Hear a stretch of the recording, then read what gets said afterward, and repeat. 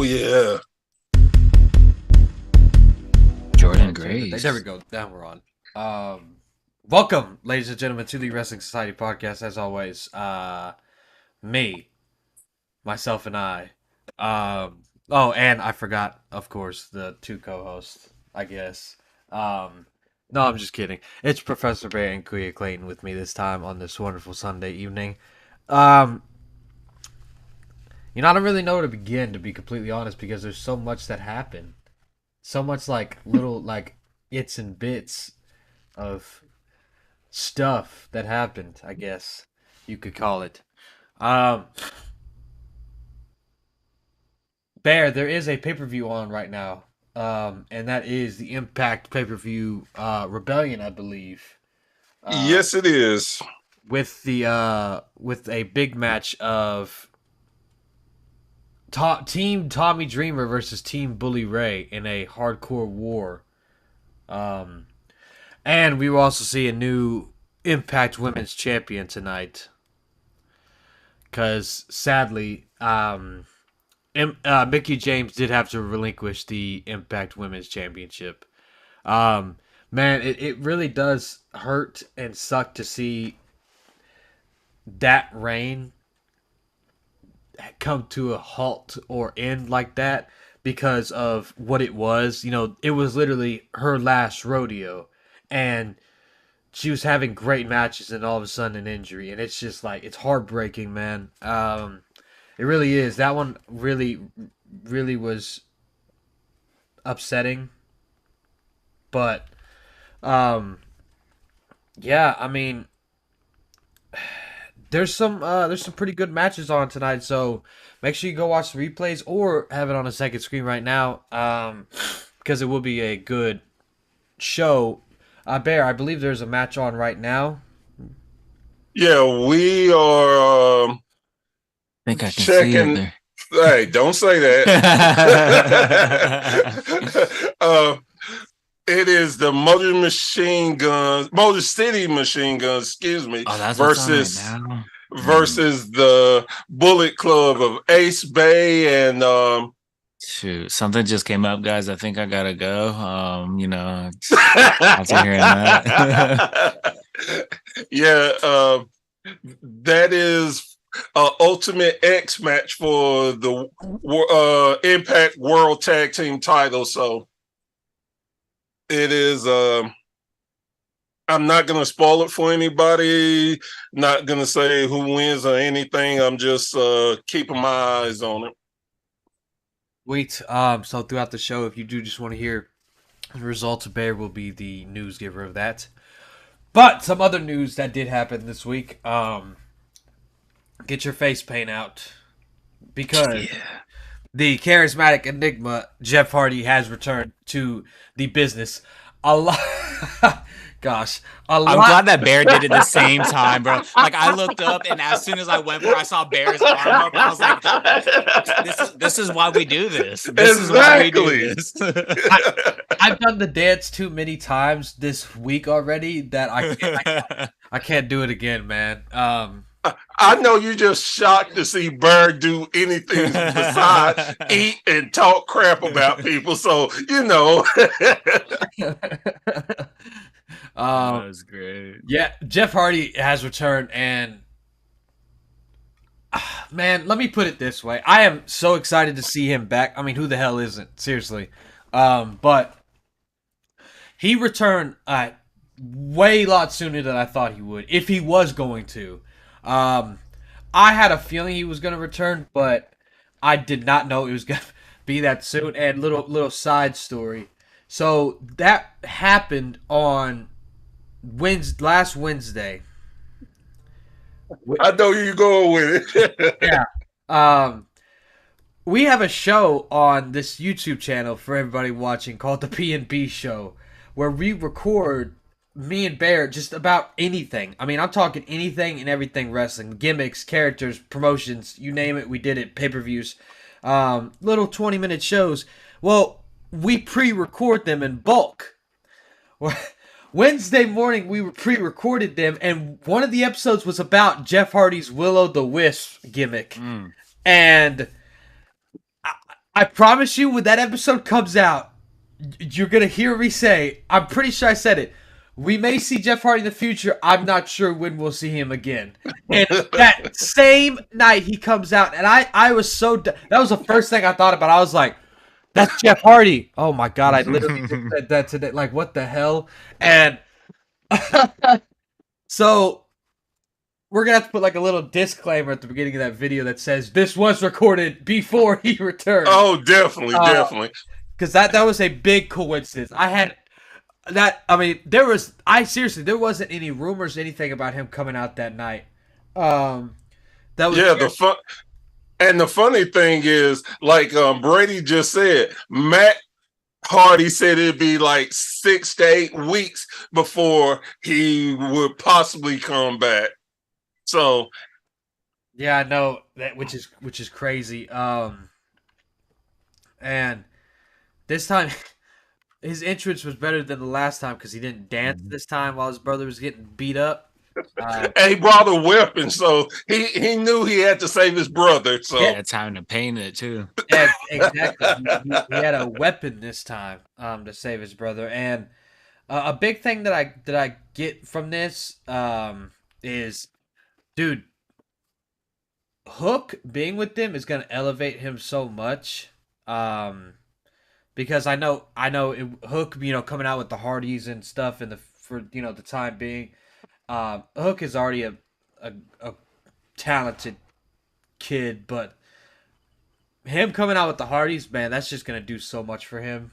I love Hook. I'm a big fan of Hook, and knowing that he'll be with the Hardys, obviously more than likely, it warms the heart. So, I'm excited about that. But this is Jeff Hardy we're talking about, and we're just gonna cut to the chase. He looked healthy. He looked great. I'm excited about that. We're just hoping that he stays that way. Because obviously everybody knows Jeff Hardy. He has had problems, and some of it has been because of wrestling. And so I'm hoping that now he won't. He will stay healthy. And when I say that, as in, if wrestling starts to become a problem for him again, to where he may have to go down that path, I want him to hang up the boots, hang up the coat, just call it a career. I don't want to see him go down that path anymore. But with that also being said, this is more than actually no, this is his last chance. And I mean that as, if let's say he gets in trouble again, he will more than likely not be signing to any other promotion in the future because they won't let him. I mean, every promotion. I mean, this is his second chance with AEW. After Victory Road and all that other stuff, Impact gave him a second chance. And he ended up leaving. WWE has given him multiple. So I'm just hoping he stays healthy, not just for wrestling and his career, but obviously for himself. Because man, he really did look healthy when he was out there. Because after he started and finished beating him up and he started celebrating, I mean, he looked pretty emotional and he looked really good. So I am hoping he stays healthy. But the one thing I will say is I hope with his brother being there that he really puts not trying to throw any dirt on Matt or anything like that, but I hope he keeps an eye on his brother. I feel like TK will definitely make the right move not for the fans' sake, but for Jeff's sake, because it's bigger than wrestling. It's about his life, and he's struggled so much. I would really hope the way TK does things that he will put an end to it if he needs to and get him where he needs to be. yeah, I mean, and the thing is, I know Tony Khan will do a good job of, keeping an eye on him and helping him with things, but that's also up to other other wrestlers there to help him out. Like Bully Ray said it greatly. If there's other wrestlers there and they went out to a bar and somebody offers Jeff a drink, somebody comes over and says no, that's okay for him. But other than that, obviously, who the hell is not excited to see Jeff Hardy? I mean, shit, it's Jeff Hardy. I mean, seriously. Well, I'm not, but Why? I was just gonna see how Madger's gonna get. I don't mean that. I was just gonna ignore the hand. No, thank you. Well, I saw the hand and I was like, is he gonna ask a question or is he saying he's not excited? And I had a feeling it was the latter. That's why I didn't say anything. And then you said I'm not, and so I said I was trying to be like, okay, maybe he has a good explanation why. Look, I have to joke about the situation just for the simple fact it's so serious. And hey, whether you like Jeff or not, you just got to respect the love that he's put into the business. And when you put that much love and effort to it, it can take a big toll on you. You can look at a lot of different wrestlers and see the pains and the torture that they've put, that not only themselves, but their families, their bodies and stuff. So I mean, I just have love for Jeff Hardy, that hopefully, and I will pray for him, that he continues be strong and continue to be able to do things and live a decent life. So, but it was so thick and serious. I had to make a little joke. Well,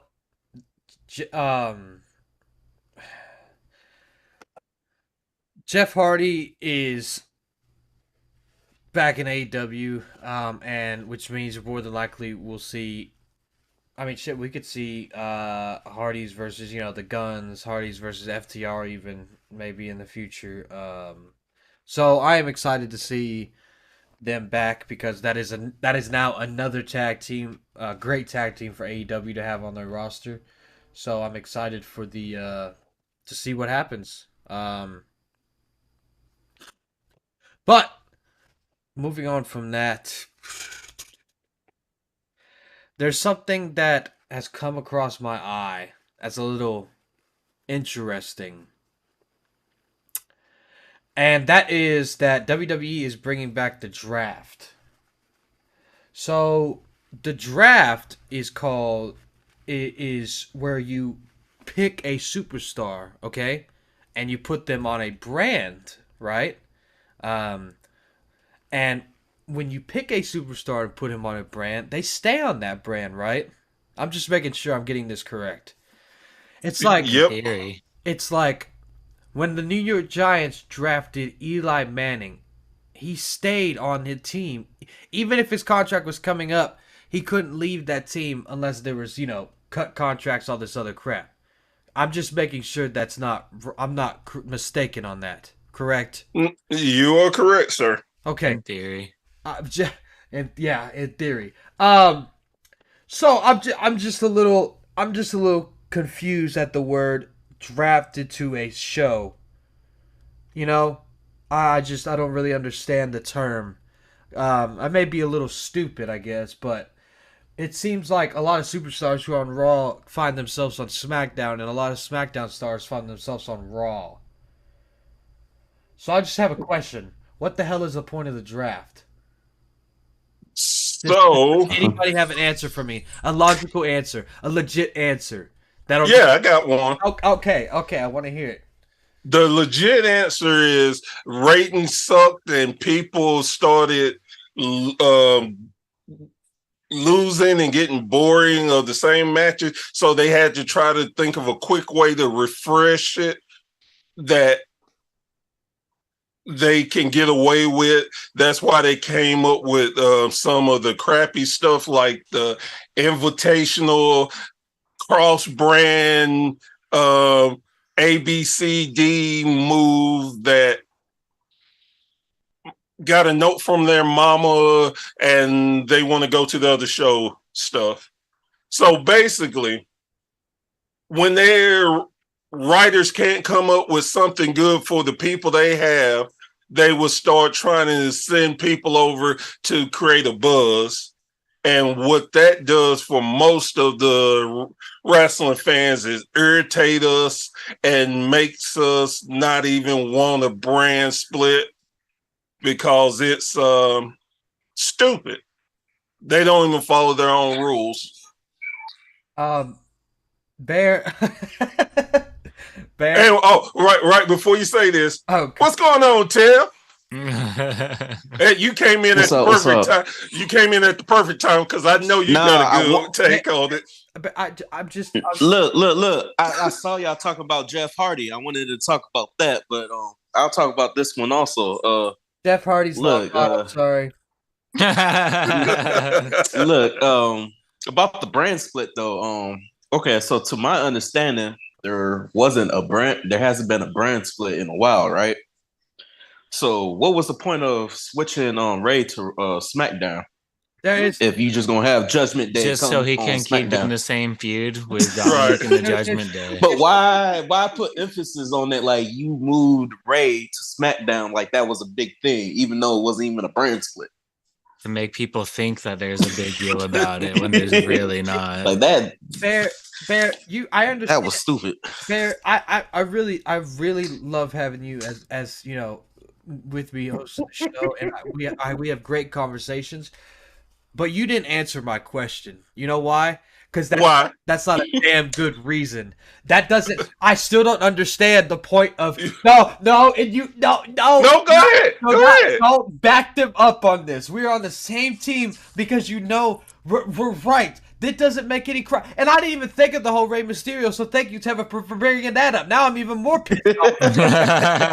I was pretty pissed, and now I'm even more pissed off because I don't get it. I understand what they do. Like when I went to the Raw on Halloween, I went to Raw.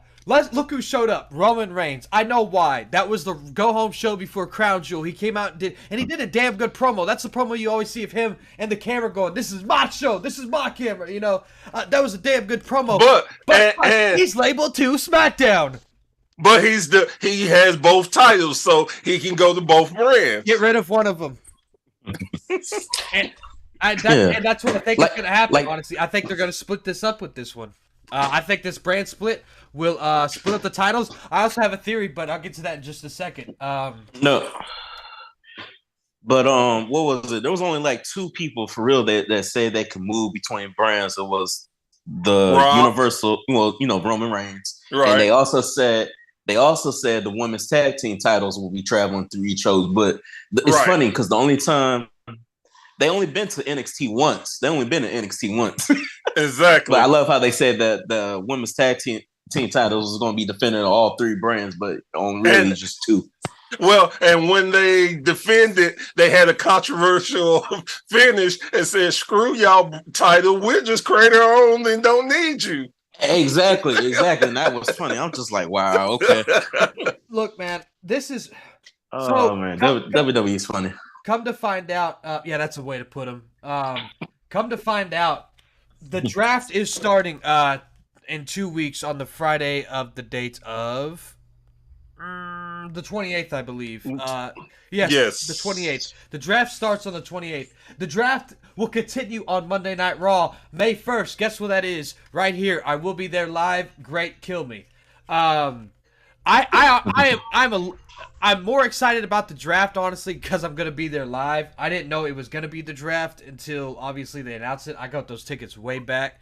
So, I don't know. The rumor is, if I'm not mistaken, either that Monday or the Monday after, which I think is the 8th, they said that the Universal and the WWE Championship is going to be one title. Yep.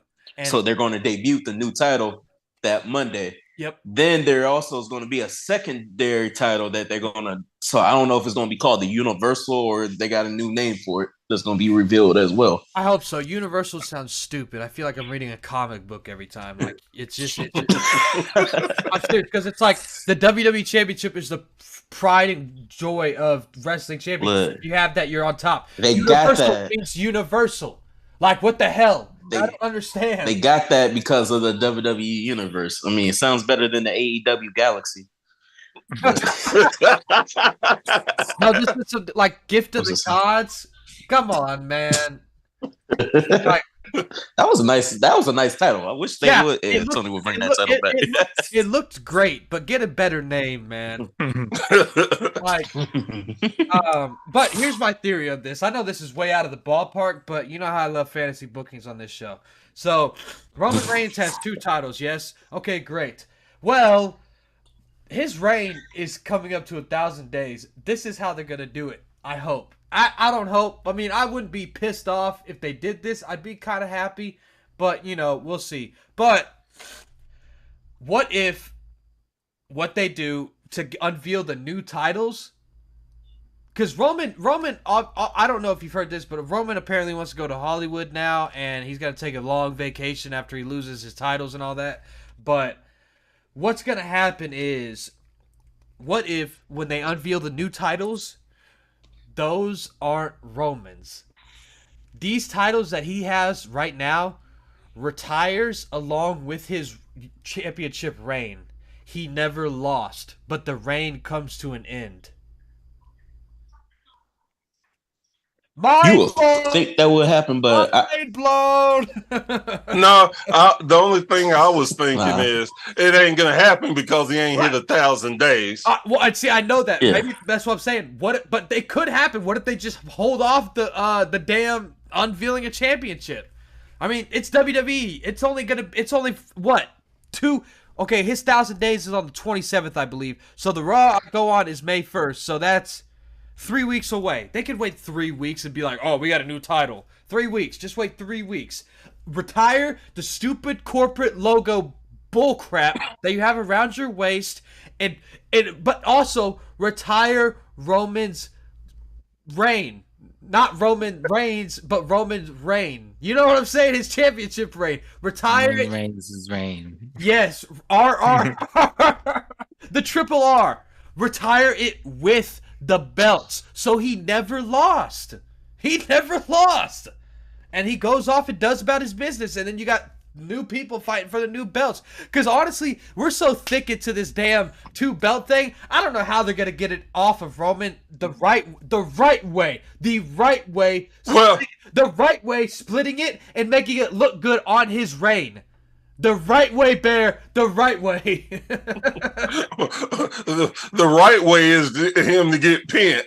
That's the right way. Hey, let's see. Because here's the thing. You got to... What is the point of building Roman up to this monster if you don't have somebody be able to capitalize off of it? That's just like with the Undertaker's undefeated streak. You got to have someone capitalize, and is whether you like that Brock stopped his streak or not, it made Brock that much more invincible. It helped, which is crazy to say that it took Brock to a whole different level, but it truly did. Man, that was just a freak accident that happened. they didn't even meant for Brock to, but well, I mean, I wish but it was crazy because if you go back to the day and see who won it, who they wanted to beat Brock, I mean, that was kind of crazy. What was it? It was offered to Randy. It was offered to Edge. He turned it down. Edge was the one that they were closest with. Yeah. So I like that. In the comments. I mean, JD Jalen said WWE champion and undisputed world champion. I like that. See, that's simple. WWE champion, undisputed world champion. Brady said, "You end the WWE championship? Yes, end it, cut it, and don't have him lose. He doesn't need to lose. He can't lose. I mean, he's Roman Reigns. Come on now, let's all open our eyes. The rumor. Let's open our eyes. Bruno Sammartino lost. Well, Exactly. I mean, I'm gonna throw the one up just because. Okay, hold on a second. I'm gonna have the only person to pin Roman in the last 2 years was Baron Corbin. So there you go. Don't. I swear to God, I would never watch wrestling again. I would literally sell every wrestling thing I ever owned. Look. Baron Corbin retired Kurt Angle. Yeah, that was stupid too. Man, I mean, Baron Corbin is a threat. retire himself. Look. Here's the thing: if you wanted to get somebody to properly get Roman the title off of him, it should be Jey Uso. No, it should be Xavier Woods, because Xavier Woods is the last man that beat Roman. I don't care. Dude. I'm just saying. No, These are facts. I don't like Xavier Woods. You know why? He beat LA on Friday Night SmackDown last week, so I'm a little pissed off about that. Man. That's Consequence Creed right there. Of course exactly. LA. If you know, you know. The point is, a dummy. Brady said, that's God, King of the Ring. King of the Ring. Brady, don't even put that out there, bro. Don't even put it out there. Stop. Brady, please stop. Brady, please. What did he say? What did he say? No, I'm sorry. I don't want to see this. Don't even put it out there, bro. Brady said, no, not that one. The one before that one. Brady said, Lashley needs that, bro. That I'll take. But The one after that comment after. No. I don't. I'm sorry. I don't want to see Lashley as a champion again. I don't want to see it right now. I don't want to see Lashley as a champion. But when he was WWE champion, what good matches did he have?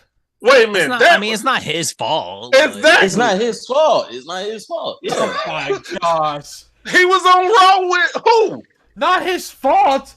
Bobby Lashley has the potential to be like one of the best WWE champions. Yes. Did you not see his run in TNA? Yeah. What was it? Walking Armageddon? Whoa. Armageddon? You act like I'm saying I don't like Bobby Lashley. I like Bobby Lashley. I'm about to buy the figure that they just came out with at Target. I like Bobby Lashley. I don't want to see him as champion right now. I don't want to see him as champion. The reason, and I get it, because look what they've done with him lately. But it, like anyone else, as a champion, you can correct that with a couple of good opponents. You're right. You can correct it. You're right. Jinder Mahal fought Randy Orton how many times? He had the Punjabi prison match with Randy Orton. I said the good wrestler can correct it. I didn't say Jinder, did I? No. I'm not saying Jinder. He fought Randy Orton. Randy Orton's a good wrestler. I mean, put some respect on Jinder Mahal. I'm saying, Great Maharaja. Put some respect on his name. Look, I have no problem with Jinder, except that he didn't have a long enough reign. No, I have a problem with the fact that his five times that he fought with the belt on a pay-per-view, they each had the stupid run-ins by the two people he was with. Wait a minute. Hold on. You did not just say that when you said, and you got Roman Reigns. How many damn run-ins do Roman Reigns have? Of the damn pay-per-view matches with that Jinder had those run-ins. But here's the thing. The difference between the Bloodline run-ins and the Jinder run-ins is the Bloodline is a story people actually want to tune in. You want to buy a shirt that has the Bloodline on it. You don't want to buy a shirt that has the people. What do you... Dude, two of the matches were Punjabi prison matches. Hey, come on, don't be man. hot. Don't be hot. It's damn hot in this room, man. The best part about that storyline with Jinder was I wish they would have continued it. I mean, I didn't get why they brought the Great Khali back just for one pay-per-view. Then you didn't see him no more. I'm just like, I was actually kind of looking forward to that because I thought they was gonna bring out like more of the Great Khali students and stuff, to help Jinder win his matches. Right. But that never turned out. But it was also funny. I don't know if y'all know it or not, or thought about it. But the fact that we all know why Jinder became champion, but it was the fact that they realized they didn't need Jinder Mahal to be champion just to go to another country, Right. and that's why his title reign ended like that, because they was like, oh yeah, we didn't need to do this. Exactly. They were over there anyway. Which was, that's even more stupid, that you would think people are not gonna get into it whether whoever is the champion. If your product's good, your product's good. If they like you, they like you. Exactly. Like I get it, but and it's even more funny how they thought you gonna get Jinder that was born in Canada. Now that was hilarious. That's born in Canada to promote over in India. That was funny. Kevin, that's WWE. All I'm gonna say is, I gotta head out, but all I'm gonna leave it off with is you can't hinder the Jinder, man. Just let him run wild, let him do his thing. 3MB. It's crazy that two members of 3MB were WWE champions. Exactly. Yeah, That's crazy. One of them was about to be AEW champion. Who, Heath Slater? No, Drew McIntyre, man. Yeah. I'll believe that when I see it. Yeah, when it happens. I know wrestlers like to swerve us, and I think Drew I gotta go, y'all. So y'all have a good night. It's been fun. Right. Take it easy. So going back to the draft, man. I mean, what? Look, like you said, the draft is only introduced just to shake things up. I always said this, like, there's a certain time when the WWE, they do listen to fans. And that's because it's usually during, like right now, it's during the playoffs. So they're going to listen to fans for a while. Then they're going to go back into their own ways of booking. So what do you think changes up? Do we have any theories about who goes where, what changes what stories out of this, what team? Well, I heard they always do this at every draft. It's the champions. They're going to switch the champions. Well, we only got one champion. So Roman's going to go to Raw, because technically Roman's on SmackDown. SmackDown, right. Yeah. Roman's going to go to Raw. The two mid card titles, they're going to switch. It's always that. It's either that or the women's. If they don't switch the women, they switch the mid card. And it's time for the mid card to switch. You know what I hope doesn't happen? I hope SmackDown doesn't become crap. Because SmackDown is a good show still. It is. It's the best wrestling show on, in my opinion, right now, because of the stories and stuff. I mean, it's better than Raw, I could easily say. So I'm just hoping this doesn't screw that up. And they're going to break up a tag team. Actually, there might be two. There might be two tag teams. The rumors I've been hearing. Street Profits. Because I was about to say, where is Rusty when I need him so he can go on and get that out the way? Man, breaking up Street Profits. They said that the Street Profits are getting broken up, but I think that's more of a rumor than anything. But I do believe Alpha Academy is going to be broken up. OT is going to be, OTs. Chad Gable was set for a push, finally. Yeah. Because let's talk about Chad Gable for a minute. This man, when you see those suplexes he's been doing lately, like that one that he did with Braun Strowman. Yeah. Oh my, that was fierce. I was like, yo, this guy. Well, he's been putting on matches like he's Kurt Angle. When you're also an Olympian. Yeah, man. But he's been putting on matches like he's the Kurt Angle. Like his matches are very like every time Alpha Academy is on, I was just like, wow. I'm just amazed. Like, wow, these guys need to push. Maybe we see a comeback of Shorty G. Stop that. That was a Vince call. Stop that. And supposedly Vince is not in creative. So. Yeah, supposedly. Don't say that. And that could be good if they do switch the titles and make Chad go to SmackDown. Man, he could do good with a US run.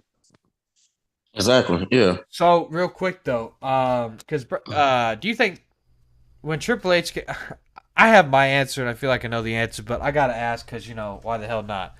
Brady's very in high hopes that this draft is going to be a game changer, like Triple H said, because it's the first one It's without not going to be a game changer. Vince not in creative as what we know. What is that? Is that just blowing smoke? It Wishful is because, thinking. like I said, it's going to be like for the first maybe 2 months because it's something different. Like they're Maybe. going to start doing like these different matches, but then they're going to become the usual. Be like, oh, I've seen this before. Right. It's like I said, it's going to be fun for like the first 2 months, but it's going to go back to the same old, same old. Well, and then I just want to see how long it's going to take before somebody cross over like they usually do. But well, the biggest thing for me is okay, how it can't be a game changer unless they stick by their own rules. And if you're not going to do it, it's not going to be a game changer. It's like you said, we'll get right back into the same predictable things that they've been doing. The first thing they have to make sure is, okay, nobody's crossing over unless one of the 4 big pay-per-views. That's it. And they can't be no reasoning, no, hey, special reasoning. My dog ate his homework, so he's coming over. Crap. They got to stick by their own rules. And it won't happen. It won't happen. It won't happen, man. It won't happen.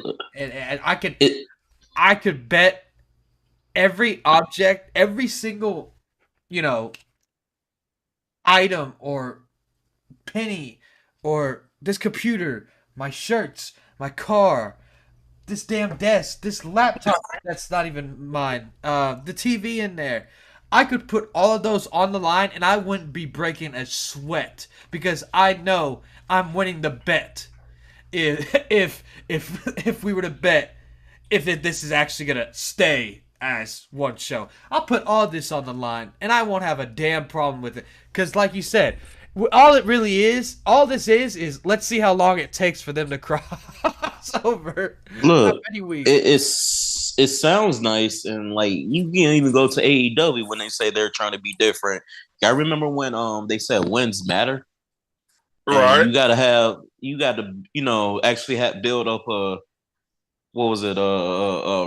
streak to be considered the number one contender. Yep. They forgot all about that. Well, look, even as recent as the beginning of the year, they said, no, I was going to say, but the beginning of the years, this year they said, hey, we're not going to have any more Ring of Honor competitors and champions on Dynamite. We're going to keep them separate.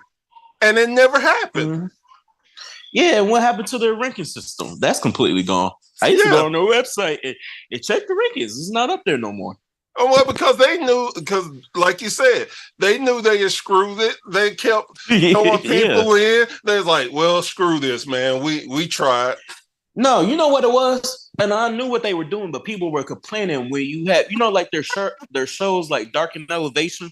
People complain like, why is Jay Lethal on Dark or Elevation? Right. That was the only way that whole ranking system was going to, Jay Lethal has to build a consistent winning streak to become the number one contender. You can't do that on their main show when when you're trying to push other guys like Darby Allin and Jungle Boy. You got to put them on a show like Dark and beat these guys that we don't know, so they can't. That's what they was doing with Nyla Rose, if you ever noticed. Like Nyla Rose would come back every but time. she'd be on Dark for 3 months, but she will build up a record so she can fight for the women's title. But I think they just got tired of people every time they sign in. Oh, why is Adam Cole on Dark? I'm just like, people just complain too much, bro. There's a reason why they doing it. So I hate that. We're in an agreement then that this draft really won't change much. I mean, I don't know. Like I said, I will be there live for the draft. So if you're watching this and you'll be there live, try to come find me. I'll be somewhere, dude. I don't know. I've never been to the stadium before. So I've never been. This is the one stadium up here that I've never been to, so it'll be a minute for me to understand things. But yeah. We'll see how it goes. So far, also, the show that I'll be going to is also the go home show of Backlash. So that means Backlash is in two uh 2.5. two and a half weeks from 2 weeks from this Saturday. I'll just put it that way. I'm not good with stuff like this. I'm not that smart. But yeah, I'm 2 weeks from this. Too many Saturday. headshots. Yeah, dude, I've had too many chair shots to the head. Yeah, That's why we don't disagree that often. A chair will win every time. hey, it will, dude. One chair shot and it's over, dude. You don't even know what you're saying anymore. So it's 2 weeks from this next Saturday, and so far there's one match partially confirmed, basically, which is Brock versus Cody, but Brock hasn't even answered the call yet. So, what the hell else do we see at Backlash? What do you think? We'll definitely see Ray and Bad Bunny versus the Judgment Day. I can see that. We're gonna see Rhea Ripley take on Zelina. No, not Io. Oh, Zelina. Yeah, Zelina. Yeah, Okay. that definitely is happening.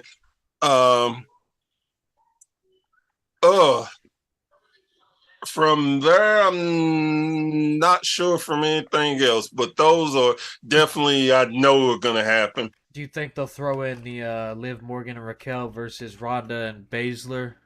Yeah, depending on if Ronda is at least 70% and can move, yeah, they'll throw it in. Okay. Do we see Kevin Owens and Zayn versus the Usos take 2? I think they're good, and it's funny that you brought that up. I think they're going to actually lose the titles on SmackDown, and I know you're looking at me crazy, and the reason being because they've changed the pay-per-view in Saudi to Clash of the Champions. Oh, yeah. And all their champions are going to be there, so they're going to make the Usos win it, defend it over there, come back and lose it again. Plus, it will give. Wait. Whoa. When is the clash? They're gonna make. Oh, because of Sammy. I forgot about that. Well, Sammy and Kevin not going over. When is that? Kevin. Kevin will refuse to go. He went over there one time. Yeah, that was that one time he ain't sent him and. Oh, okay. Yeah, but I thought the Usos they can't go over there either. Yeah, they were over there last time. Yeah, they were able to get over there, but that was like last minute. They were able to get over there last. Yeah. Oh, okay. And see, that's why that. Okay. I think they changed. That's the reason why they changed the pay-per-view to Clash of the Champions. And once I saw them announce that the Usos were getting a title shot, I was like, yeah, they're gonna take the titles off of them to try to keep the storyline going, which sadly enough, what they're going to do is bury the storyline because people are starting to get tired of it. Yeah, because the main reason this story was so good is because KO and Sammy were they like the chase. This story was all about the chase, man. And now that the chase is over, it's not as fun anymore. Still a good story, but it's sure as hell not near as fun as it was. Okay, so Backlash is Saturday, May 6th. Night of Champions is going to be May 27th. Money in the Bank is July 1st. SummerSlam is August 5th. When is King of the Ring? Is that somewhere in... They canceled it. Bullshit. Yeah, they canceled it. Because they canceled it. Yeah, the King and Queen of the Ring was supposed to be in Saudi. That's why they changed it to Clash of the Champions. Like I said, taking too many chair shots to the head. I didn't hear that at all. I thought they were adding Night of the Champions and keeping the King of the Ring. Jeez. Well, no. Now they may put it later. That may be a later thing, but right now I know they're doing away with it. You know what I could see? That might be like a Battle of the Belts thing, like AEW does. It's not a pay-per-view. That's what I'm saying. It might be something like that. Yeah, it's not like I remember the first Robot. The first Robot. Yeah. Yeah, like the first Roblox. Yeah, it was like a special event. It happened on the set.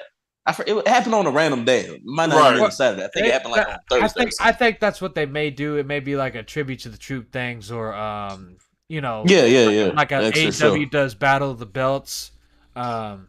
Which, and honestly, it's not a bad idea considering you have your men's and women's. That's 8 matches guaranteed.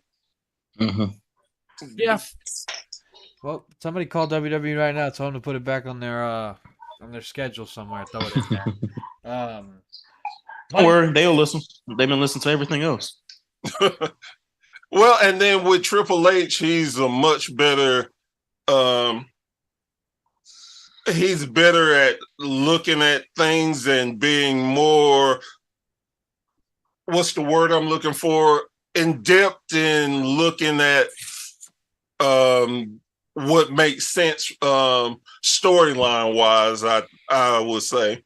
WWE is next time they'll be back in the States for a pay-per-view will be August 5th. Wow. SummerSlam. Yeah. They're really getting out this year. I like that. The London Money in the Bank at the O2 Arena will be a big pay-per-view. Rumors are speculating that LA Knight will be the winner of the Money in the Bank, which I damn sure hope so because he needs it. Yeah. Ain't happening. Yeah, he need. But it ain't happening. No. Guess what? Guess who's gonna win? If the Money it happens, in the Bank? Guess who's gonna win the Money in the Bank? LA Knight. That's who. No, but I'm just saying, if it happens, and you still got Roman as a WWE champion, can you really see LA Knight catching it on Roman? Hey, no. I think what they're gonna do is they're just gonna have it to him as like almost like a gimmick thing. You know how Brock had it as like the party Brock, you know? Yeah, for a while? you're right. It's LA Knight. That's what he does. You know how he came. You know how he came out in TNT. But here's the thing. But here's the thing too. You never know. All that will depend on what's going to go on with this draft, and if they do the rumor of splitting the titles, bringing a new title. A lot of that depends on that too. Hey, and what if exactly? But here's my thing. With all of that being said, I don't give a crap about that. It's the women's championship I'm curious about. I don't care who gets it. They better make a freaking storyline about them winning and not cashing it in within 2 weeks. I want a storyline with this women Money in the Bank winner. Damn it! You know who I want to win it and who needs it for real? It'll be Raquel. Bailey. No, Bailey don't need it. She don't need it. She already got it. You can build Bailey from anything. She don't really need that. Bro. She don't need that. So you want Raquel? You said Raquel? Raquel. What if she's still the tag team champion for some dumb reason? Just because you're a tag team person? I'm about to say, didn't Otis won it? Otis won it? Well, no, I was going to say a better example. Didn't Bailey? She held the women's tag title and the women's title. Look, Sasha. Look. Let me tell you something. I'm telling y'all this because that's not my preference. I'm telling you this because we know how World Wrestling Entertainment is. Okay, I know. I'm just saying. Bear, I'm sorry, but they're gonna have it to where somebody like Asuka's gonna win the fucking. Excuse me, I just cussed. Sorry. I'm getting pissed off too. They're gonna win the damn briefcase and then cash it in same night or next week and a half. No. Well, again, and you know what? They may, and I would say this all the time. And Tevin is good at pointing this out to all of us, that we put high hopes into things and not looking at what is real. Well, yeah, and that's what I'm saying. Choice. It's like when you're a kid, you have high hopes for what you're gonna get for Christmas, but you don't get the damn present for Christmas. Like, come on. But here's the thing. If I start believing everything that WWE is gonna do is gonna be crap, then why am I gonna watch it? I got to look like that's just like having Santa Claus. If I don't believe in Santa Claus, why am I going to continue celebrating and looking for this? You got to keep having faith in something. Hey, like an old song I love. You got to believe in something. Why not believe in me? No, man. It's like, and this is how you go into it. And this is Tevin's way. I like Tevin's way. If you expect disappointment, you won't be disappointed. Yeah. I mean, that's why I don't expect LA Knight to win. If he does, that'll be a surprise. Hey, you see why at WrestleMania I said Omos was going to win, right? Exactly. That's the reason why I said it. Because man, I hope if I said Brock Lesnar was going to win, I wouldn't have been impressed. But he won. But again. I've been a wrestling fan too long, and I've seen the good times, the bad times, the crappy times, and it broke my spirit so many times where I felt like giving up. But the main thing that keeps me not giving up is because if I want to look at and have my heart broke, I can just live my regular life and deal with the disappointment there. This I can control. When I don't want to hear this crap, I cut it off. When I don't want to see Vince McMahon, I turn it. When I get tired of seeing the same match, I go break out the videotape, which most of y'all don't even know what a videotape is. But anyway, don't do that. Don't do that. Don't do that. Don't do that. Oh yeah, no, let's not do that. No, come on now. You're talking to the wrong generation right now. You're talking to the wrong generation. Come on, man. Really? I'm just saying, I would do that. So I got to keep hope. You always, keep hope alive. Keep hope alive. Hey, look, man. Only hope I have is them doing something with LA Knight. Okay, that dude is, bro. That guy is so good. If they don't even give him the damn championship, just give him like a secondary title. Give him the damn United States. Give him the Intercontinental. So he just comes out there. So that means you can have him with the killer promos, man. He comes, bring the button back where he hits it. I'm the Intercontinental champion. Get it, dummy. Yeah, dummy. Yeah. So wait a minute. So here's the thing too. Since we're talking about people getting titles and stuff, okay. So Roman ain't giving his title up for a while. We all kind of agree to that, right? Yes. Okay. Then why in the world do y'all think Gunther is about to lose anytime soon when he's about to break a record? Okay. He ain't losing. Whoa. That was a suggestion, and that's not until July 1st. July 1st. July 1st. No, that's fine. But I'm saying, this stuff going, you'll see where I'm going with it. Yeah. So then, how many titles do you have then? You got the U.S. title. Yeah, and that's a perfect one. But how many people? You got 17 people going for the U.S. title. It'd be great for the U.S. title, but it's only one of them. Bro. And versus LA Knight. LA Knight versus Austin Theory. Who's the heel and who's the face? Are you kidding me? LA Knight. Question about LA Knight. Okay, what's up? Question about LA Knight. So when did LA Knight start doing this before he did that move? I saw he was like LA Knight. He started doing that. And he been doing what that. He was doing. Oh, yes. No, yeah. Because I was just like, how did they knew that he was? Yeah, I was like, he just started doing that. I do that. Yeah, he's been doing that for a while. I love, man. I do that all the time. Every time I say, matter of fact, he was doing that in NXT. Oh, okay. I must never noticed. Yeah, he was doing it in NXT. Hey, nice. And here's the thing. I'm gonna tell y'all something. Y'all probably don't even know why. You know why y'all like LA Knight so much? What? Because he reminds me of myself. No, because he reminds you of a city. Stone Cold Steve Austin. He stole most of Stone Cold's gimmick. And The Rock. And that's fine. And The Rock. That's what I'm saying, Bear. That's what I'm saying. You ask who's the heel and who's the babyface. Why the hell would it not be LA Knight? Every time he goes out there, people go, yeah, people cheer. People like LA Knight because what he can say on the mic. Austin Theory versus LA Mike. LA Mike. Mike. LA. See what you got me going now? Gosh, man. Austin Theory versus LA Knight on the mic. in their promos, you even know that'd be damn good. LA Knight coming out there, Theory, you ain't as good as me, dummy. Yeah, and then Theory's like, shut up. What are you talking about?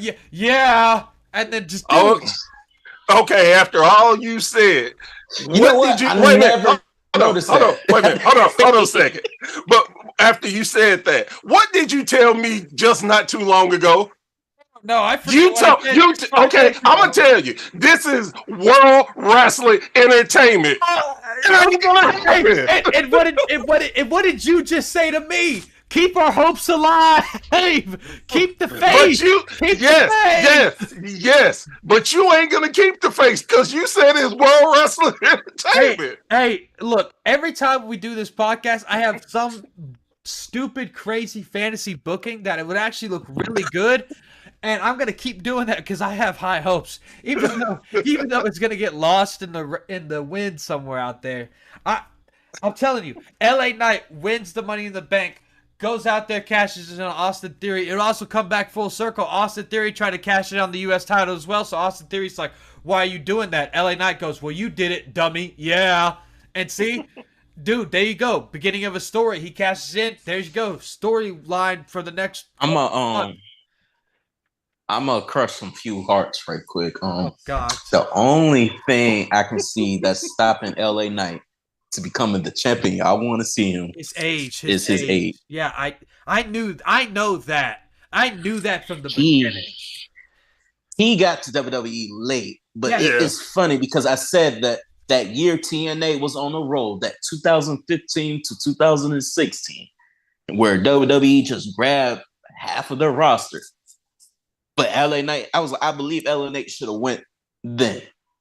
Yeah. But for whatever reason, WWE didn't get him. But oh man, they grabbed everybody: Bobby Lashley, Matt Hardy, Jeff, EC3, Eric Young. It's ridiculous how much talent they grabbed out of that. Trust me, I know that's why, and that's why I'm saying he should go after a secondary title. Just like the U.S. title. U.S. title would fit perfectly.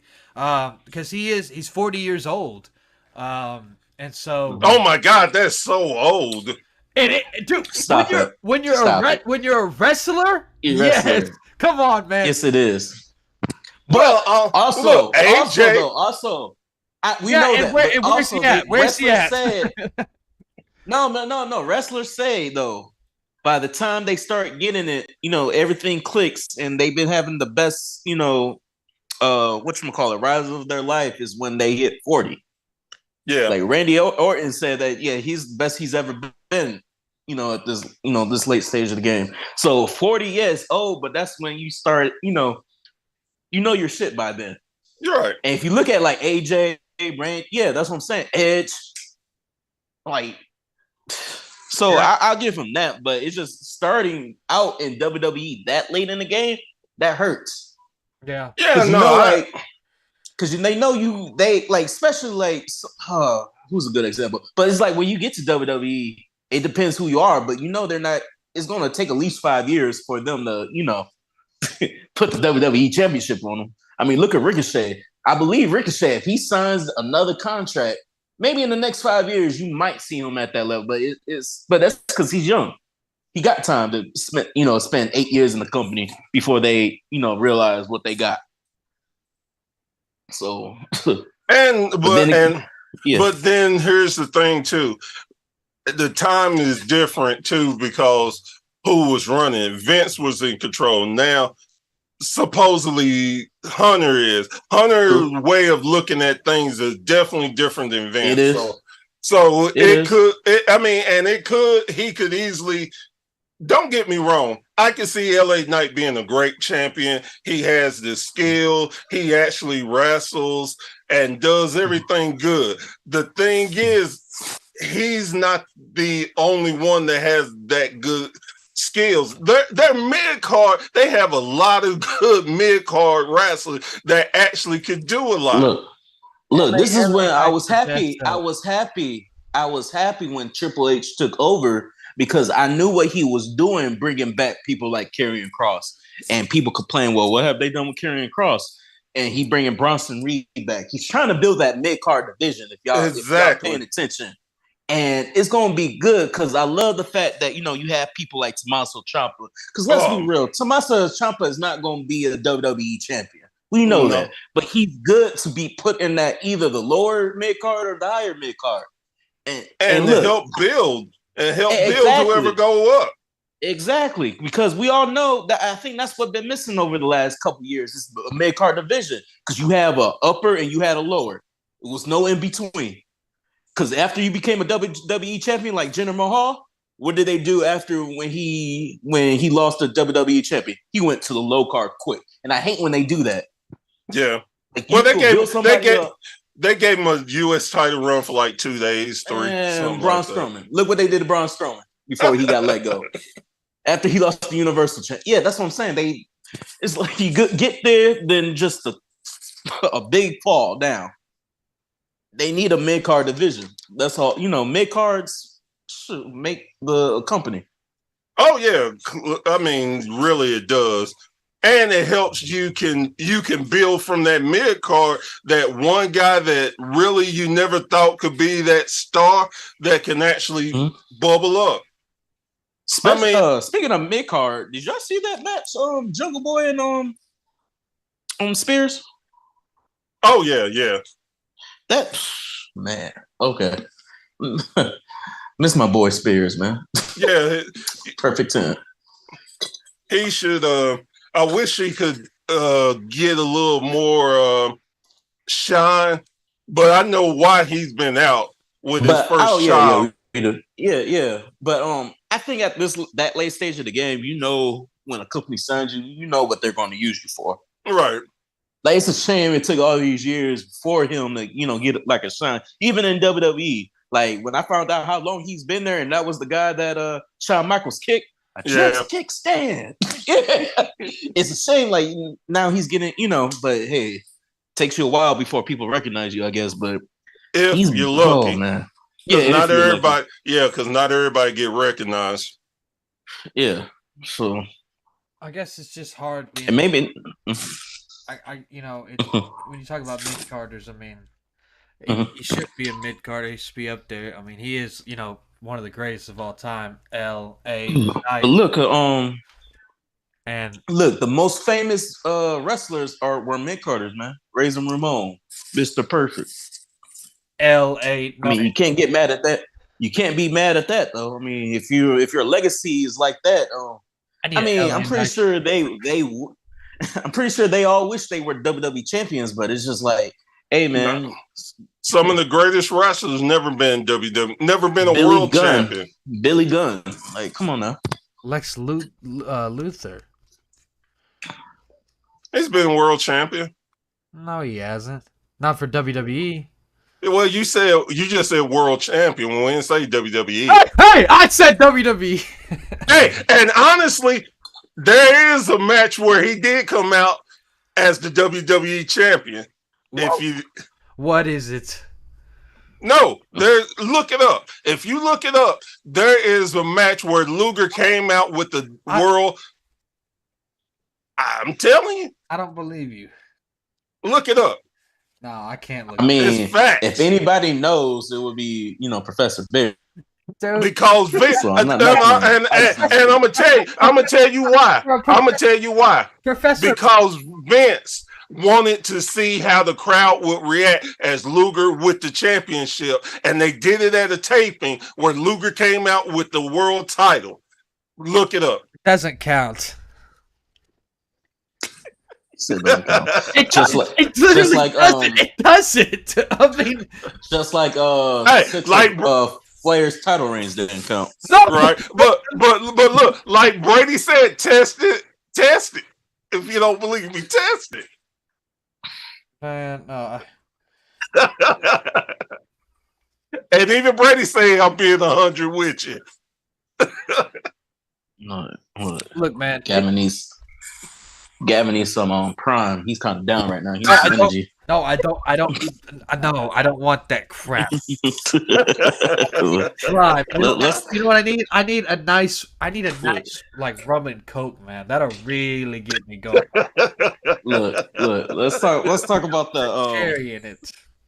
what I wanted what I wanted to talk about all week. How y'all feel about the turn we saw on Monday with Trish? God. Oh man. I mean, we called it how long ago? I guess what irritated me, it was so sorely done. And because it was like that made no sense. And now they can go any which way with the storyline now because they still hadn't revealed who hit Lita. But it just like Trish just didn't seem like she was into it. I didn't believe her. I didn't. What the problem was, I understand, little aspects, but when the match ended, Trish sat there for a minute, and you could tell that was coming from a mile away because of how many times she said, "I'm sorry," and they kept like kind of walking around the ring before they did anything. They walked around that ring and stared at each other for about a whole 45 seconds, and I was like, "Oh, come on, man. Really? You could see this coming a mile away." They should have done it instantly. Talking about where Trish just got pinned and Becky Lynch goes in there, reaches her hand, pulls her up, and then immediately Trish just goes boom and hits her. And you're like, whoa, what the hell? Because they're just sitting there, I'm sorry. And they keep like looking at each other, looking at the fans, looking at each other, looking at the fans. They hug, look at each other, look at the fans. I'm sorry. And then they finally turned around and hit her. And they still did it longer than I just did that. Like, come on. Look, this is the year of heel turns. Yeah. Listen, a lot of heel turns this year. I'm turning heel. Screw this. There's no point of being a face, man. Look, maybe this is the like me seeing details and everything, and I take a step back when stuff happens like that, and I ask myself, why does this happen? But and I was telling somebody, it might have been in our group chat, but it was just the fact that when we heard Liv and Raquel say Lita got attacked, and you saw the refs and people coming to her defense. Right. Then you saw whatchamacallit, Trish and Becky. And I was just like, well, Trish, what was it? Yeah, Trish was with Becky. And I know some people were just like, well, you don't know how long Lita was on the floor for. But I'm just like, I'm pretty sure, and I might say I'm maybe 80% sure Trish didn't tackle Lita. No, that's just me. I'm telling you who I think did it, and it goes with what I've been saying. I think Bayley did it. I don't even think it's Bayley. But okay, maybe this is the booker in me, booking everything, and this is how I would do it. But maybe it was Edge. Like I told you. No, that'd be funny. Maybe it was Rikishi. He did it for the Rock. And I want y'all to hear me out. I want you to hear me out. All right. Because I had a conversation with a friend. Like, it all comes to the whole AEW thing with CM Punk and recently with FTR. I'm thinking these companies realize how smart we are as fans and how we know what's going on backstage when it comes to stuff like this. And I think they're getting creative how they book storylines. So what if y'all remember the whole thing about the tag team championships with Sasha Banks and Naomi? Yes. And I was telling people, if they don't know the history about this, look it up. Every time Sasha had a conflict with WWE where she had to sit out or something, when she was off TV, she was filming The Mandalorian. I don't know if anybody else caught that. Yeah. So her fuse with that was all storyline. Sasha is not like how people, it's like, oh, she's a problem. Because honestly, you think Vince McMahon, of all people, is going to let somebody like Sasha, who every time she wins a title, she loses in her first title defense, he's going to let somebody like that sit at home and continue to pay her and having these outbursts and going to social media. Oh, I'm tired of being here. You actually think he was going to let, let's be honest. She would have been let go in those first releases. Quick. So I thought like this whole Sasha and Naomi thing, when that first happened, it was a work. And now I'm actually thinking maybe it was a work, but they giving her time off just to do other stuff like the Mandalorian. And we found out she was in the new season of the Mandalorian last week. I'm just like, okay, that kind of proved my point. But if they had a talk with Sasha, like, hey, we just gonna let you, do this, and hey, you can even do the indies for a little bit. You can go over New Japan if you want to. But how about this? When you're done, because her New Japan contract is only for 4 or 5 dates. Right.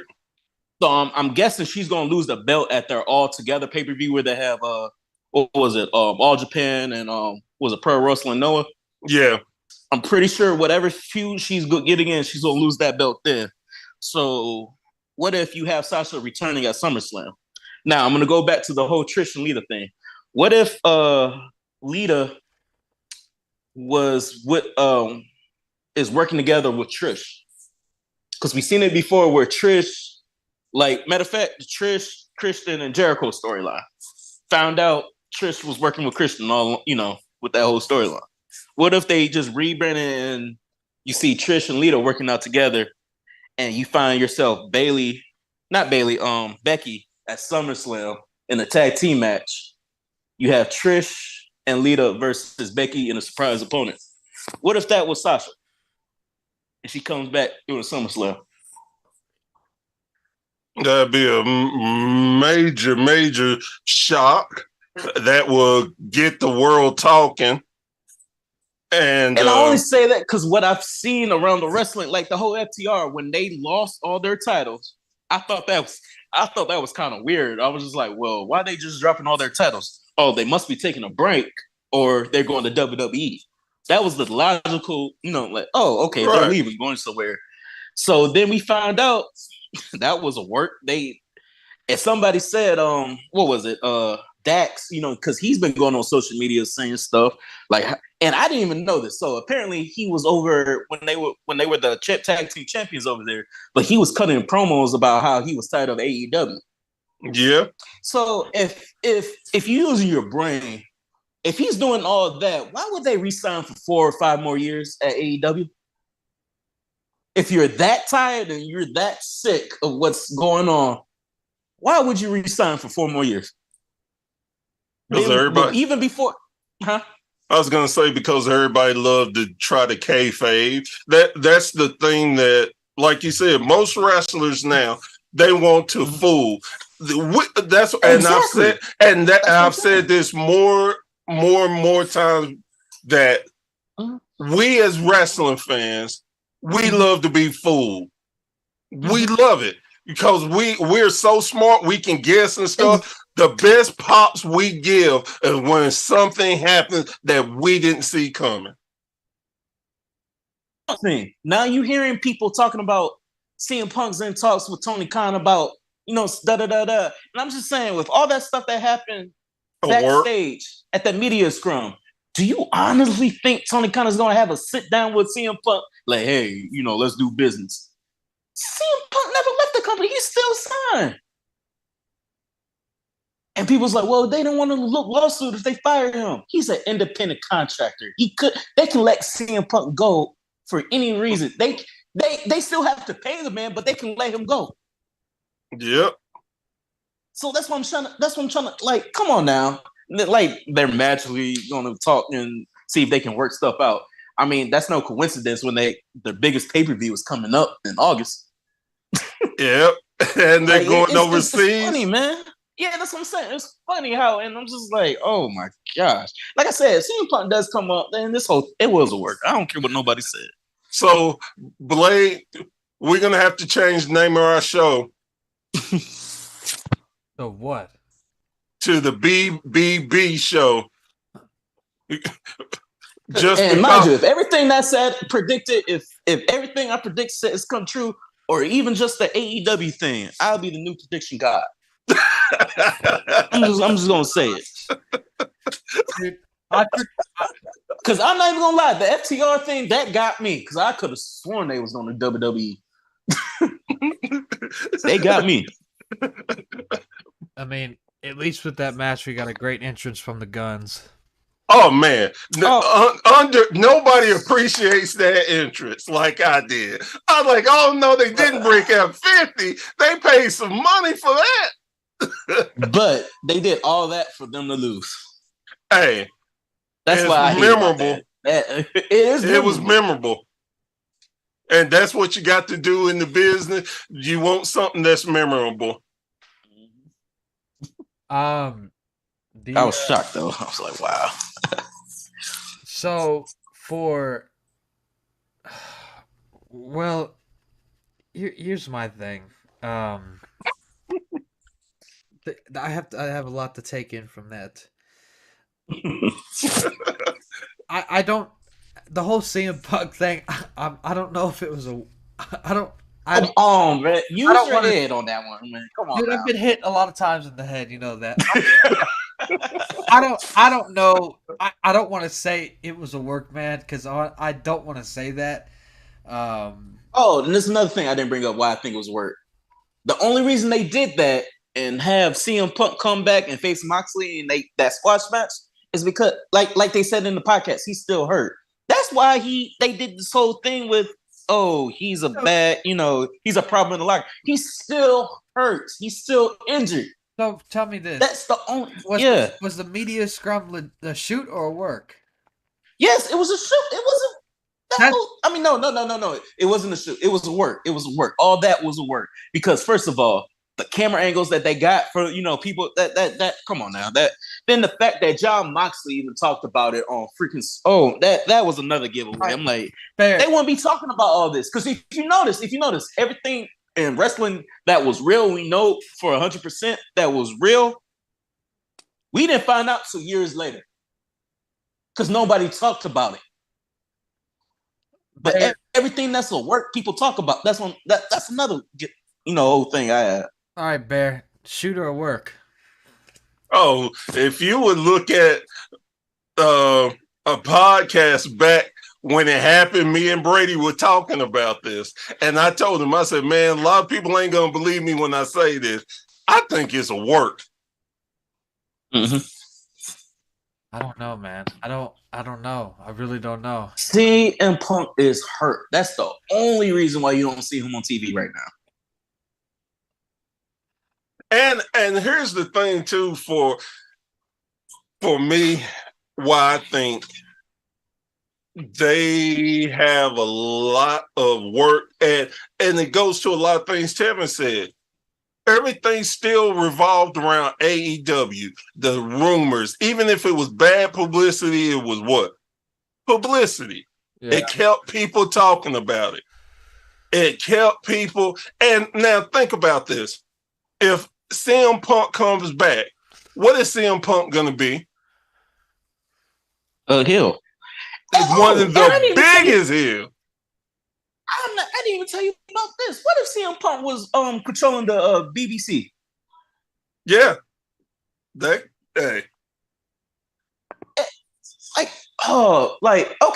let's just say this. If you was working at WWE and you had a problem with, let's just say, I'm trying to think of who's like Bruce Pritchard or somebody like that, or even Triple H. And it's a shoot. And the way it's a shoot. And the way and Triple H wanted you to lose. So just say something. Then y'all go backstage and you throw hands with Triple H. You don't think Vince McMahon is firing you on the spot? Or letting you go release? I don't want to say it's a work. I really don't. CM Punk had a fight with three executives in AEW. Maybe Tony Khan's more lenient. Come on now, man. No, bro. Come on now. You honestly think if people are saying the way CM Punk is, how he's hard to work with, they don't like his attitude, that Tony Khan, now look, this is Tony Khan we're talking about, how he's supposed to be better for the wrestlers, and he looks out for the wrestlers. You honestly think you want that in your locker room? Hey, I don't care how big of a draw he is. But see, that's what it is. At the end of the day, it's business, and I've said it over and over. It doesn't matter how much. Let's just say this is all a shoot. No. Wait. Before you say that, I'm gonna give you another example. As big as she was, As big as she was a problem, and you have not heard about her since. Tessa Blanchard, come on now. Why isn't Tessa Blanchard in the company? No. You forget when Tessa Blanchard was wrestling, she was the hottest female wrestler in wrestling. But look at CM Punk. They chanted his name for how many years? 7 years. I don't care, CM Punk, but still, where's Tessa Blanchard? Where's Tessa? You don't even see her in the Indies, dude. You don't even see her in the Indies. You don't even see her wrestling in the gym. That's her fault. She is blackballed. That's her fault. Oh my god. That's her fault. It's CM Punk's fault. Apparently, then all that stuff happened. CM Punk. Come on now. Oh my gosh. Come on now. I told Bear all the time. It's business. It's business. My gosh. It's business. So you don't think for business reasons Tony gonna sign Tessa Blanchard to help on his family women's division? To help with that women's division? That they keep bringing people in like Paige. CM Punk puts asses in seats. CM Punk puts asses in seats. Oh my god. Tessa Blanchard was the Impact World Champion. Men's. Man. Come on now. So you don't think a big female wrestler like that is... Oh, come on now. You got to be out your mind. As much as... Look, we know CM Punk is a big star. But just to the women's division, Tessa Blanchard is that to the women's division. What if she doesn't want to work for AEW? Might not be. What if she doesn't want to work? Well, here's the thing too. She wants to work. Well, here's the thing is too. She will want to work.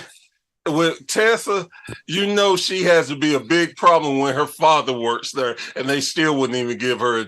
That's what I'm saying, though. But you don't think CM Punk is a problem? Use your heads. I know you got too many chair shots. I was gonna say something real disrespectful, and it was a Chris Benoit joke, and I'm not gonna do it. But come on now.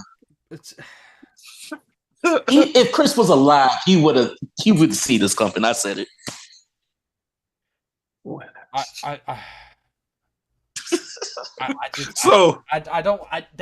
Every time I've seen that media scrum so many times, man.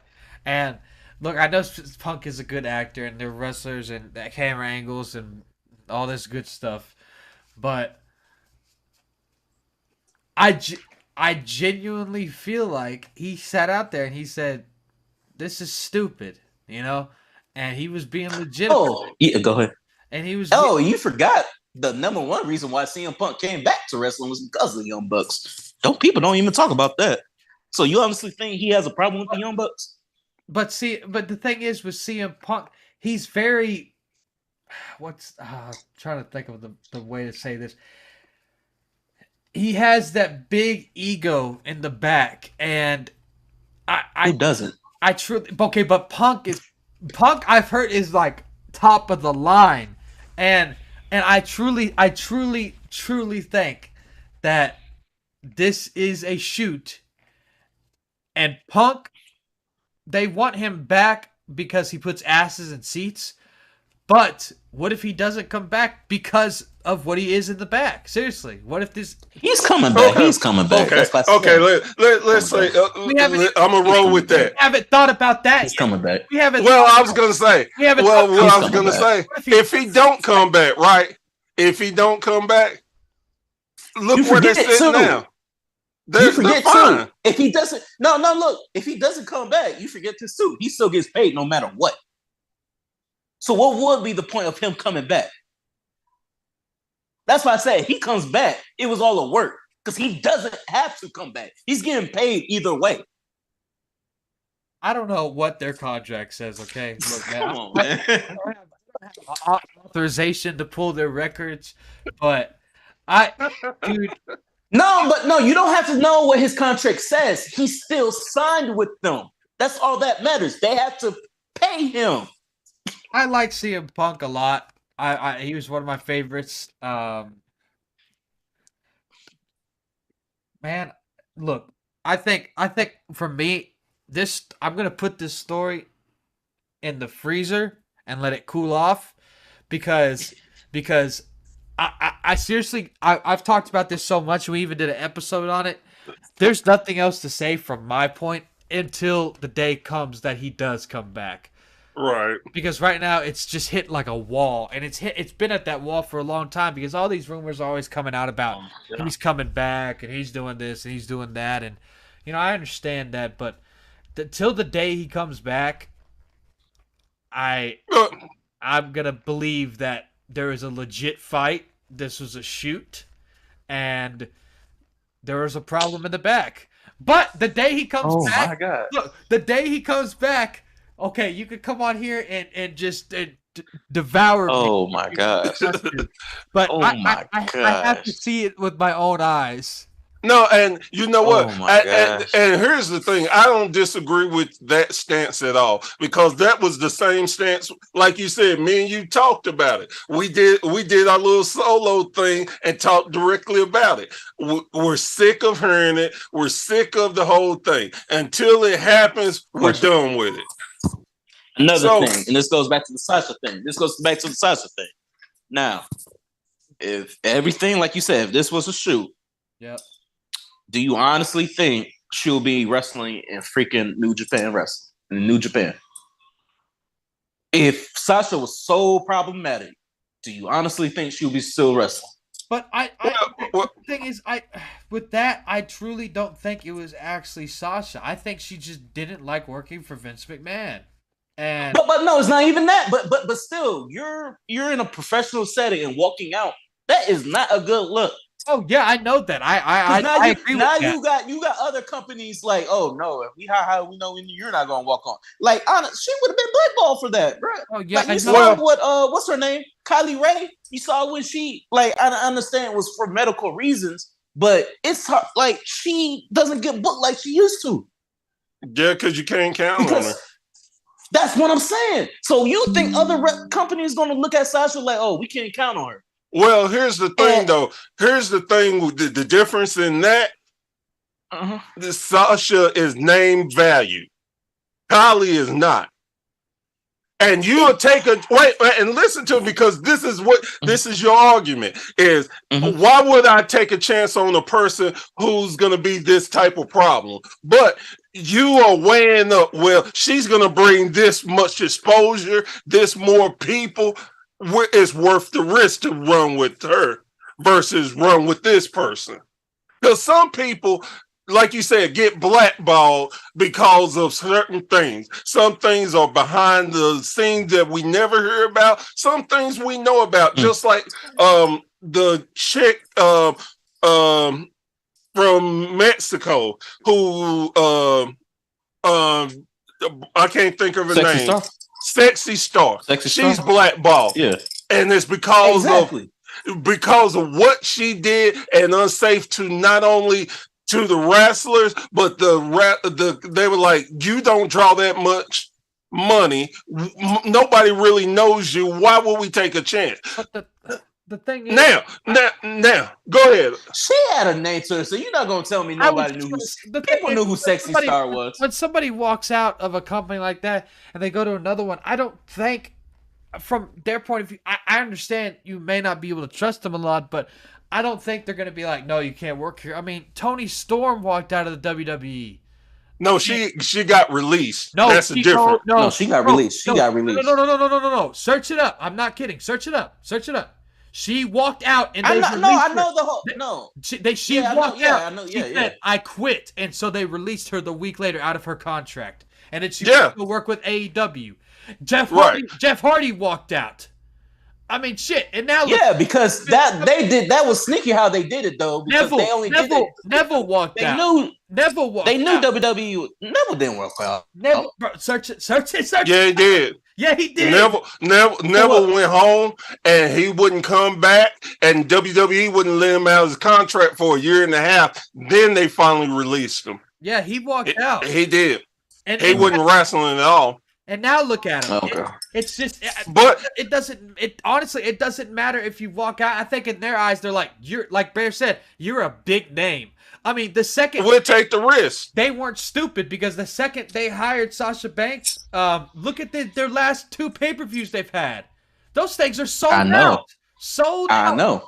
And then again, if you want to talk about people, look at Del Rio. Del Rio, look, when he left when they fired him from WWE, Impact took him, and what did he do to Impact? Screwed them. Now you see how many people will book Del Rio now. If you want to be completely honest, I know this is a little. That's different. what I'm saying. This is a little different, but I mean we're in this kind of line. I mean WWE's rehired people that Stone Cold walked out on them. Stone Cold walked out on them, and they said you could come. Yeah, exactly. But the reason is he's a draw. Oh, but he was still on the contract. He was still on the contract though. He had to come back. He walked out because he had to come back. But I don't understand what you're saying. But he came back though. Shawn Michaels walked out. All these guys walked out, and these companies would rehire. Let's just say for some odd reason, Stone Cold walked out and decided to go to some other wrestling company at the time. Like, let's just say for some dumb reason. They wouldn't let him. He went to Ring of Honor. Let's just say he went to Ring of Honor. They wouldn't let him. You're telling me they wouldn't sign Stone Cold? Until first thing is he officially free from the company. Then they will sign him. But here's the thing and that's what I was talking about. Fuck the contract. Fuck the contract for a second. If you walk out of a company, the contract, there's a contract, but sooner or later that contract ends. The company either cuts it early or it ends. Either way, you walked out of that damn company, and with social media nowadays, people are gonna know that you walked out of that damn company. No. That's where you're wrong, my friend. They do not. Depending on who you are, they will freeze your contract because they're not gonna let somebody take their name value. They let them build a market for themselves. They're not gonna. Social media. Either way, we are gonna know that contract was frozen. Us as the fans are gonna know. Oh my God, they just froze Shawn Michaels' contract. Oh my gosh, why did they freeze it? And then the rumors are gonna start coming out. And then the reason they froze it because Shawn Michaels wants out of the company. That goes right. And then guess what happens? All of a sudden he's gonna finally, when all this is over, all of a sudden, and he finally leaves. Then it's like it's the same damn thing. It's the same thing as being bad in the back as you wanting out of your contract. You want out of that business for a reason. You're bad in the back. They want you out. You want out of the business.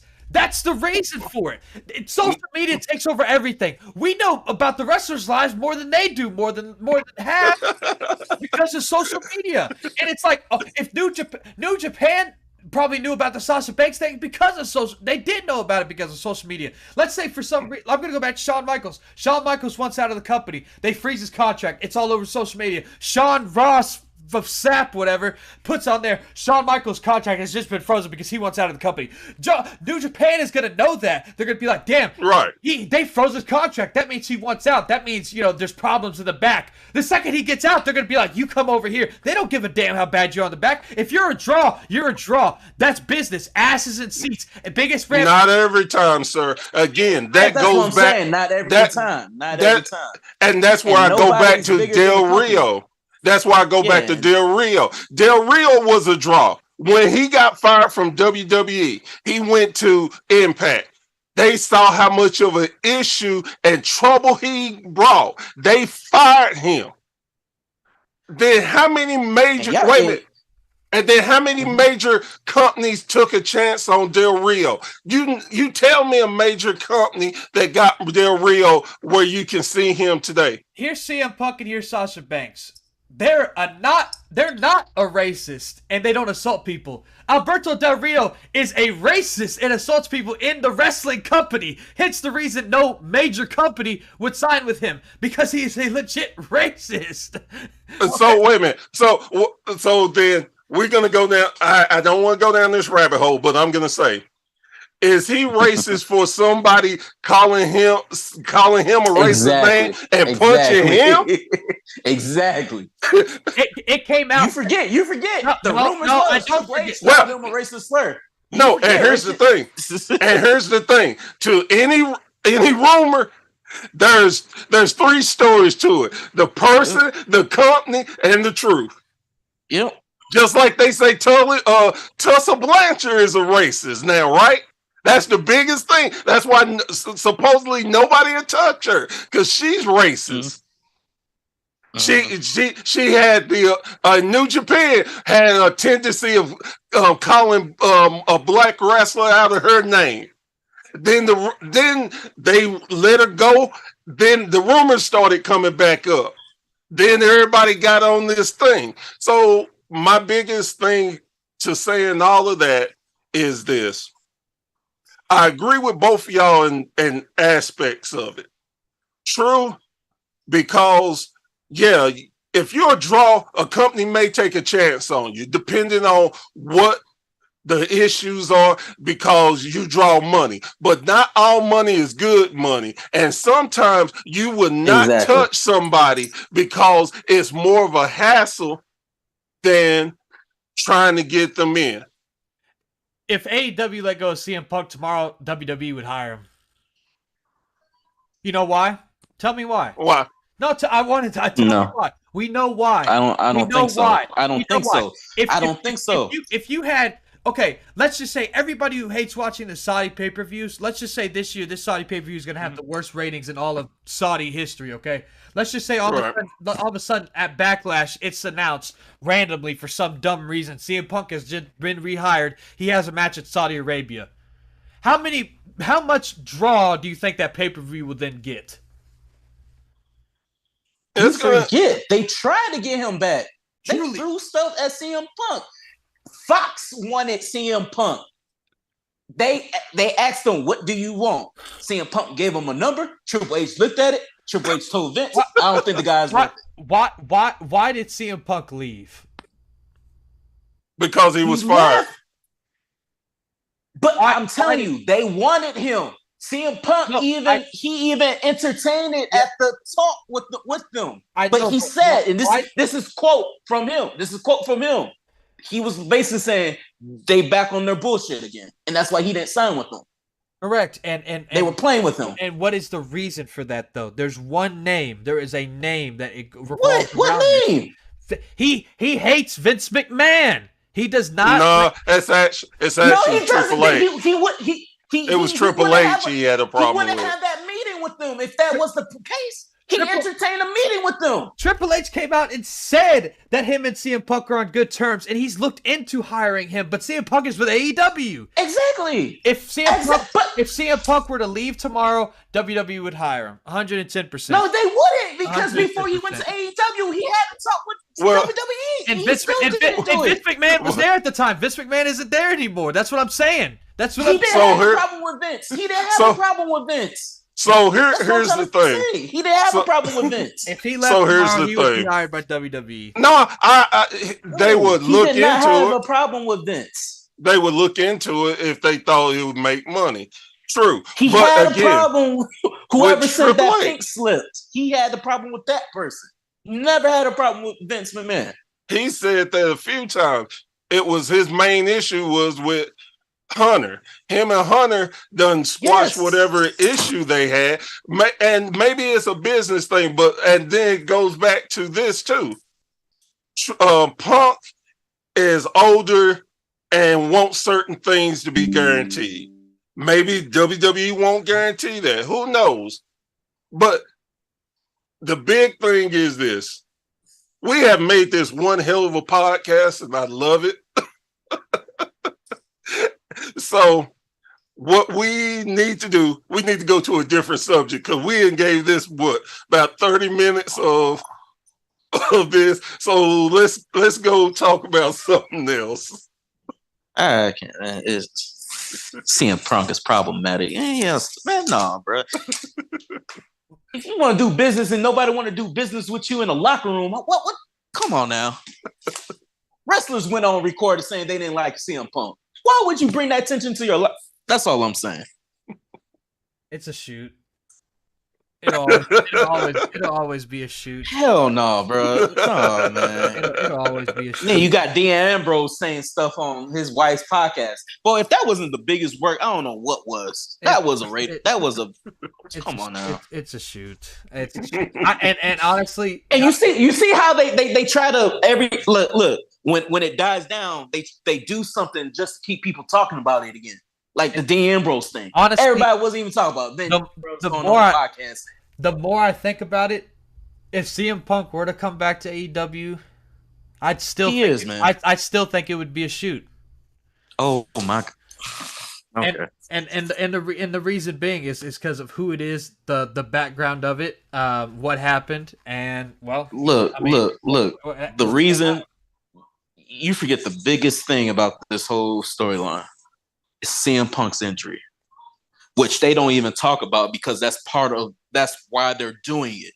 He's still hurt. He had surgery on his. He is still hurt. But they don't bring that up because it's a work. A lot of people don't know CM Punk is injured. That's the only reason why he's not wrestling right now. So look. Like I said, Brady just chimed in. He said, "This is great. I'm gonna take a clip of this segment for advertisement." Oh, and another thing. Wait. And I'm gonna say this, and we gonna move on. If you know CM Punk's history to his Ring of Honor days, this is the same storyline, Summer of Punk. The same story. That's why. Oh my God! When this first happened, I was just like, "Oh, they redoing his Ring of Honor days storyline, where he had a problem with the company, that he wanted to leave." And it's the same storyline, man. Come on now, how do you not see it? Summer of Punk, Ring of Honor. For people that don't, look that up. Same story. I just can't see it. I can't. The biggest lie the devil has told humanity that he was dead. The fact that y'all think he's been set down at home is a lie. That's the same story. Oh my, come on now. CM Punk is being CM Punk. Come on. Oh my gosh. We need to do a watch along on that story. I'm gonna bring it up. How do you not see it? Biggest lie the devil has told humanity that he was dead.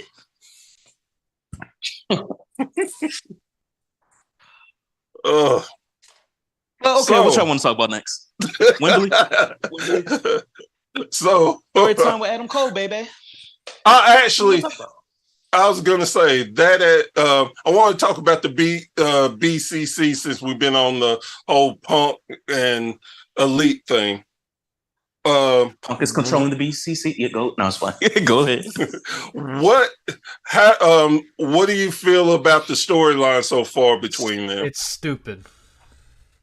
Why? Why do you think it's stupid? Are you serious? Who's the heel? What? Who's the heel and who's the babyface? The leads the babyface.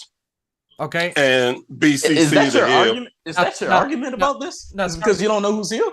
No, seriously. Who's heel and who's babyface? I'm not kidding. Yeah, I'm telling you, the Elite is the face. Now why? Yeah, because the BCC has been crapping on everybody, been attacking everybody, and beating up Hangman. This is the way. See Dan Bryan attack Kenny Omega. And wait a minute, and this is how they're going to get the Elite back together. This is how they're going to put their differences aside and become the Elite once again with Hangman, the Young Bucks, and Kenny Omega. Exactly. Don Callis is the catalyst in that whole situation. I'm not gonna lie, that didn't answer my question because everything I've seen on Dynamite, it doesn't. It's like it's the same thing. Like when they come out and it's like the little details. John Moxley is telling Kenny to hit him with the screwdriver. Blah blah blah, and stuff like that. If you're gonna be a heel, for one, take off Wild Thing. Why would you have Wild Thing as a heel song coming out to? Everybody, you could say the same thing about Chris Jericho. Okay, if he's a heel, why does he have his thing? And I say the same, and I do say the same thing. I say the same thing. Take off their song. You can't have them. You can't. Yes, you can. You can't. Okay. All right. Let me get 2 minutes right quick. And then also you take off the song, then you can take. Finally, they'll stop singing along when they come out.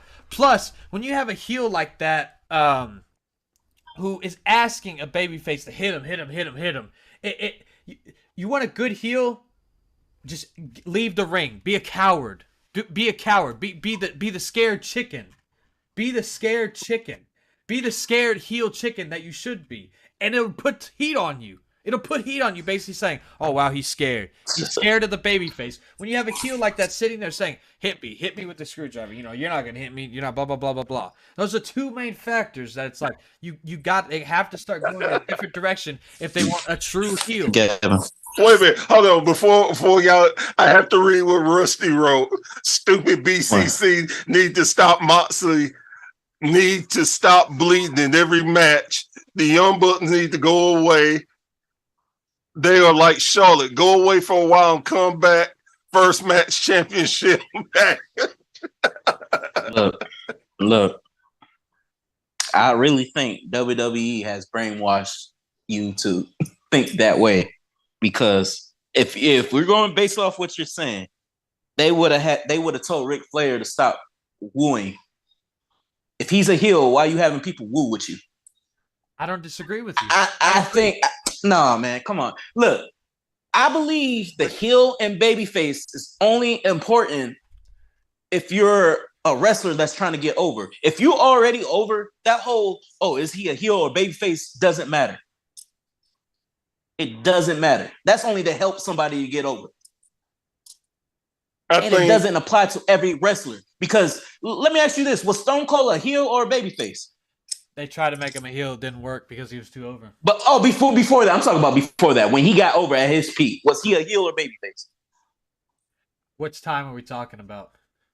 Before that whole him and Triple H being I'm talking about back in the when he 90s. first became when he first Stone Cold. First became Stone Cold. When this whole feud with Vince McMahon. Just say that the feud with Vince McMahon, was he a heel or babyface? Yeah, he was supposed to be a heel. He was neither. He was a what was it? They called it in the grave. Tweener. He was an anti-hero. Yeah, he would do heelish stuff, but he was still considered a babyface. So when you over like that, it doesn't matter if you're a heel. See, what they messed up was they was trying to label him as a heel, but that didn't work. No. They should have just kept Stone Cold. Like that whole thing would have worked if they just would have just left Stone Cold, his character alone. But if you're over like a Randy Orton, a Chris Jericho, you don't need that label a heel or babyface. Oh yeah, I know that. What I'm saying is that's what I'm saying. I'm in the BC this story right now. None of them are over like that. You just said the Elite is not over? The Elite? No. Kenny Omega? Yes. You don't think John Moxley is over? You don't think Cesaro is over? Well, I'm talking about the group in general. Bryan? You take John you don't think Daniel Bryan is? You have Wheeler Yuta in the group. Cesaro, no, not over. Wheeler Yuta, no. Cesaro, no. Daniel Bryan, yes. John Moxley, yes. Okay. Kenny Omega, yes. Young Bucks, no. I hate, and I've said it before, I hate when I go into a match not knowing who's supposed to be who. I understand that when I asked you the question, it was a rhetorical question. I know who the hell is supposed to be who, but they are doing it. They are doing it stupidly. You've got to say it doesn't matter because that's like the whole debate about heel versus heel. You can't have it. Yes, you can. Oh, you can if you do it correctly. This is not correctly. This is not correctly. So I got a question. So you're saying that the Bucks are not over, right? Correct. Okay, the Bucks come out anywhere. They always get pops. They no matter who they wrestle, they always turn up. Even when they're heels, they get yes. So then you said that Cesaro's not over, right? Correct. Cesaro is kicking ass in Ring of Honor. He comes out. They still pop for Cesaro. Cesaro did the big swing to Jericho. And people won. Yes. And you say he is not over? I could go out there and win a match. That doesn't mean I'm over. I didn't say that. I didn't say you win a match that you are over. I'm saying that a person that is over that well can take a silly move, The Rock, rock bottom. He was over in WWE. They just didn't do nothing with him. Exactly. So, but okay. With all that being said, I think what happened is we get caught, because I know I do it sometimes when I look at face and heel dynamics. Some people cannot function with a face without a face and heel dynamic. Some people can be whatever and still be able to put on great matches and put on storylines. With this particular one, the BCC and the Elite, this is, everybody's looking forward to the head-to-head matchup because they know it's going to be great wrestling, great selling. It's going to be so, and the storyline is you can take it from back in the days when the Young Bucks took John Moxley out when he had his daughter and he got knocked out by the double knees. There's so much they can play off to continually. Mm-hmm. Hold up. Breaking news. Guess who I think signed with Impact? Who? Nick Aldis just walked out. Oh, great. Oh, now he's done with the NWA. Okay, he done. That is big. That is super big. Nick Aldis has never done anything. Nick Aldis has never done anything never was a big fan of him, but I guess that's a big signing for them though.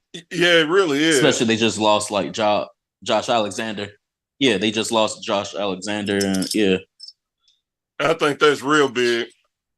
But okay. Going back to it, I think this is going to be, it has all the elements to carry the company further. And I understand your gripe about the face and heel dynamic. But some wrestlers don't need that to make that match great. Exactly. Undertaker never needed it. Yeah, we said that after the match. Matter of fact, whenever the match is done, then I could come back and say if it was a good babyface versus babyface match, because some of them are. There's been great heel versus heel matches. Bret Hart versus Shawn Michaels versus Rick Martel, Kurt Angle versus Triple H. List goes on and on and on. But you have to execute it so perfectly. Same with babyface versus babyface matches. You have to execute it so perfectly. And so, it's like the same thing with WrestleMania 39, Asuka versus Bianca Belair. Me and you talked about it there. Who were we supposed to cheer for? We didn't know. Right. We didn't know. And it turned out to be not a terrible match, but it's like, I with all these times, I'm a, what's the word? A purist? Let me tell you. Yes, a purist. I like when it's down to the books, man. Open the book. Heel versus babyface, classic. Hero versus villain, comic book action. Spider-Man versus Doc Ock. Heel versus villain. Let me ask you this, because you know it's going to happen. Can you believe MJF versus Sammy Guevara? Right now? Can you picture that match? No. No. Come on, Bear. No. I really no. Right now, no. I really can't right now. In the future, yes. Actually, all of them. He's talented, but you got to give him more time. I think that Who more time? Guevara is hot. Unfortunately, and he got that go away heat. That's fine. Exactly. Him and Ty. Oh my God. Come on now. Come on now. No, but no. There's good go away heat and there's bad go away. Right. Like Baron Corbin. That's bad go away heat. So let me say There's a reason why Sammy Guevara got good go away heat. Let me say this real quick, guys. Yes, it is. He came out to Nick Aldis is no Magnus. It's Nick Aldis, and okay. and Okay. All right. and what Brady says to you, Gavin, is you like entertainment. This is a wrestling feud. WWE has brainwashed them to think that way. No, they haven't. No. What it is, and I get it, and I get it, and I ride with you. I said the other day I'm enjoying AEW more than WWE's bullshit they put out right now. No, because you are purist. I told you why that is. Because you get your hopes up with WWE. No. You don't expect nothing from WWE. No. I mean AEW. You don't expect nothing from them. Let's just pretend stories don't even exist. I like technical wrestling down to the bone. But at the same time, I have to understand who I'm cheering for as a technical wrestler. When Run Wrestler puts another in a back grapple suplex, I have to know if I should cheer for that person or boo that person. Let me ask you this. You remember when Chris Benoit and Angle used to wrestle? Oh, yes. Okay. We knew Angle was the heel and Benoit was the face, right? Yes. If that dynamic had a change, do you think you would have liked that match less if they were both heels or both faces? No, not at all. I would have liked it the same. Okay. Well, and what I'm getting at with that is, and like I said, I understand where you're coming from, because I have a lot of wrestling tradition in me. I like certain things certain way, but then in the same token, I can look at something and see the change in it and be able to roll with it. My whole thing is, if it's not insulting my intelligence. And a lot of times, some wrestling, you put a heel, and heel is it will insult your intelligence. Sometimes you put a face in a face will insult your intelligence. Well, go ahead. Well, I was just gonna say that's what I'm saying, and the reason is, like, if you go back to the Chris Benoit and Kurt Angle match, what if I were to sit down and let's just pretend that happened for today, just now, I would have been pissed off at the beginning of that match because I'm like, man, who do I cheer for? At the end of that match, I would have been like, man, that was actually a pretty good match. But that's what I was saying was, with this feud that's happening right now, I can't say if it's good or not until I see the match. Because I got you. And it's funny because AEW does a lot of faces versus faces match.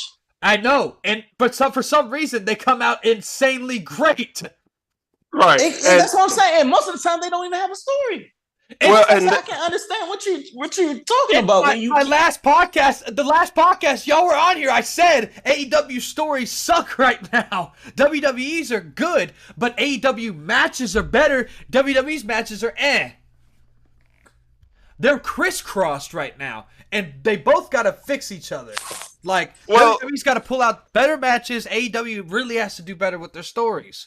Well, I think what the big thing that people don't get with AEW, they're long booking stories that a lot of people, when you just jump in, you don't know back history. Oh, yeah. And I think that costs a casual fan, well, this is boring. I don't understand it. Oh, the wrestling is great, but I don't understand the storyline behind it. I think it's like, if let's just say you get, an uncle comes over to this kid's birthday party. The kid's watching wrestling. The uncle watches it for the first time. He says, "Oh, who's that fighting? Oh, it's blah blah blah blah blah blah. Okay, sweet. Who's the bad guy? Oh, I don't know. They're kind of both good guys. Oh, okay, And if I was that uncle, I'd be like, well, that's kind of stupid.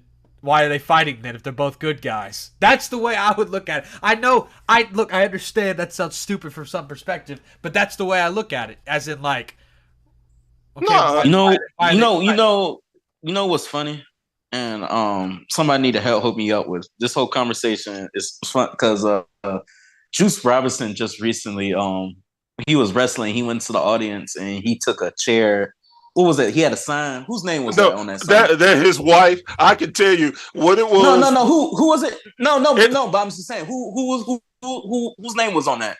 That was his wife. Who it was. It was who was the wrestler? That was Juice Robinson's wife. It was Tony Storm.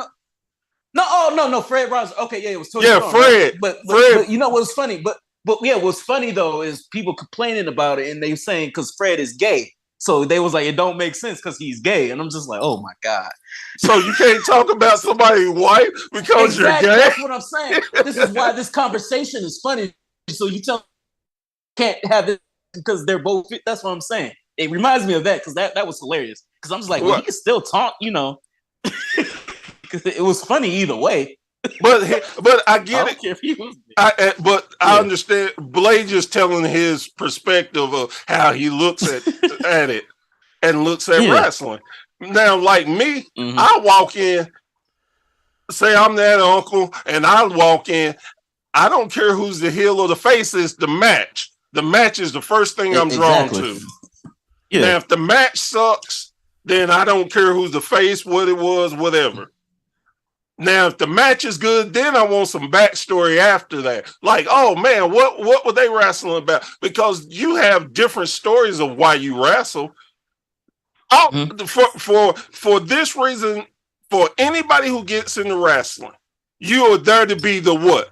The best. You want to be the what? You want to be the world champion.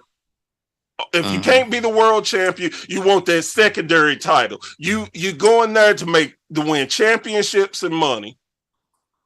So I like I said, Blake, I'm not disagreeing with you. I understand where you're coming from. Like I said, for me, and I understand where Tevin's coming from. I'm a mix of both because I just look at things differently and I know what sparks my interest.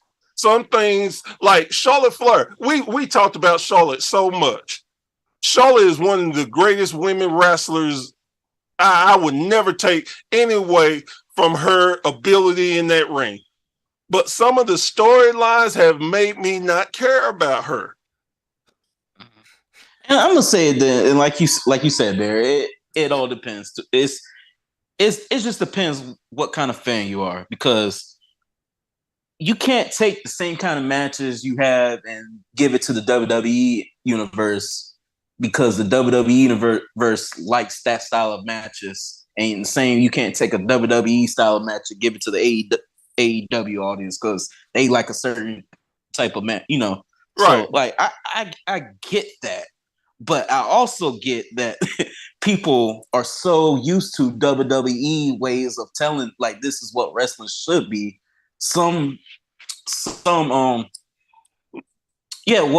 this is wrestling, and they just get put off about AEW. Like, I have this friend that just don't watch AEW because he's a diehard WWE fan. So when I'm showing him on a match in AEW, he's just like, well, he was basically, it's like, it's all acrobat kind of stuff, like acrobat type of stuff. He just it doesn't excite him to watch it. And I'm just like, I think that's kind of weird. I was like, that's crazy. Because I like both kind of styles, but it's just some people just don't like it. Right. And I can understand it, but it's just, yeah. Just like Rusty said, he feels like AEW is more of a spot fest wrestling, and he believes WWE have better matches. Now, again, myself, if somebody paid me, told me I had to choose between AEW and WWF, I couldn't watch both. I'm going to be more drawn towards AEW. For me, it brings back what I've grew up on, what I feel like wrestling is. It's more of traditional. It's more not only just not just the match, but you have to have the storyline. You got to have this. And I think AEW has all of that. Now, do they make mistakes? Of course they do. Now, WWE, the same way. They have good, don't get me wrong, they have some great matches, but some of the storylines are just, to me, is like, this is stupid. This is silly. So I can get the mix of everything. If somebody gave me that same choice, the option, WWE or AEW, you know what I will pick? I'll pick neither. I'll tell if I found my way into some money somehow, like 100 million, I'll bring back Lucha Underground because that was a good mix of both storyline and wrestling. No, I get it. Well, this has been that's my type of wrestling.